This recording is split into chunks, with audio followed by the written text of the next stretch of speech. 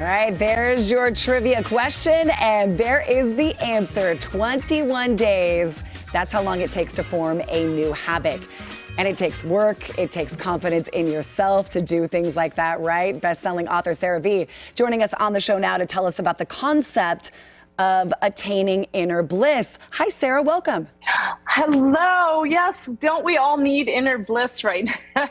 We do. Inner bliss right now. Well, yeah. Okay, let's start with this. Can you define inner bliss? What is that?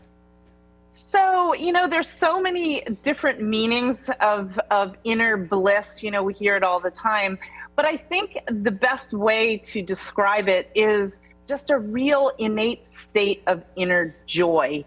Where happiness, the meaning of life, and the truth of who we are kind of converge into one. It could mean wholeness, oneness with self, expansiveness. But there's so many different meanings, that we hear, all over the place. So it's happy, but a step beyond just happiness.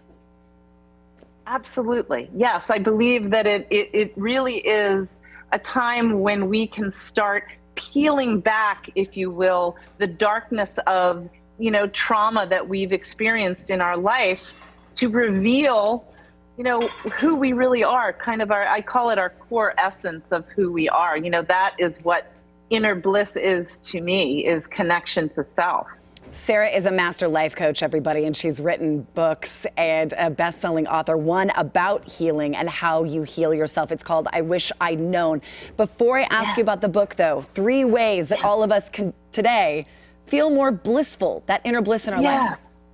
Well, we think we have to take a giant step to find inner bliss, but I really feel like the small little steps to get there is the key. And the 3 steps that I always help I call them my no matter what women who heal with me, is first we get to get quiet enough to understand, which thoughts are real and which thoughts we have learned from our childhood. So getting quiet, whether it's meditating, pausing, going for a walk in nature, but sometimes that is the hardest step because we have almost 70,000 thoughts that we think every single day. Second step, really get connected with our bodies to feel when these sensations are coming up, these uncomfortable feelings. And the really important step is to be comfortable with the uncomfortable. Because when we feel uncomfortable, we just want to push it away. And then the third thing is to do the things in life that bring us joy. Write them down, create a list, and then try to do one thing every single day, even if it's the smallest thing, like, drinking your coffee for 5 minutes more in the morning. And, these little steps can lead us to feeling that inner bliss. You could do that. That we all wish. Yes. So true. Those are doable. All right. What inspired I Wish I'd Known, Sarah? So what inspired me is all the books that I've written are all actually memoirs of my own healing.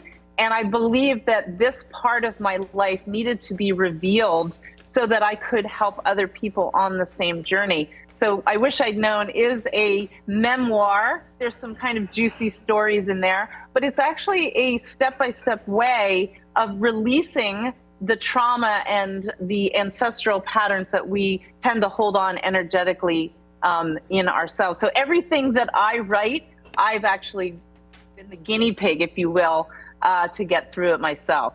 Help others. You're leading us on the journey of healing. Yes, I'll do it first, I got you. Sarah says I got you, everybody. It's I Wish I'd Known. She also has a book called Let Your Inner Golden Sparkle Shine. You can get both of those at books.sarahv.com, and that will also be on our website along with all of her social media, so you can contact her there. Sarah, thank you so much. Happy New Year. Yes, thank you so much, and Happy New Year to you too.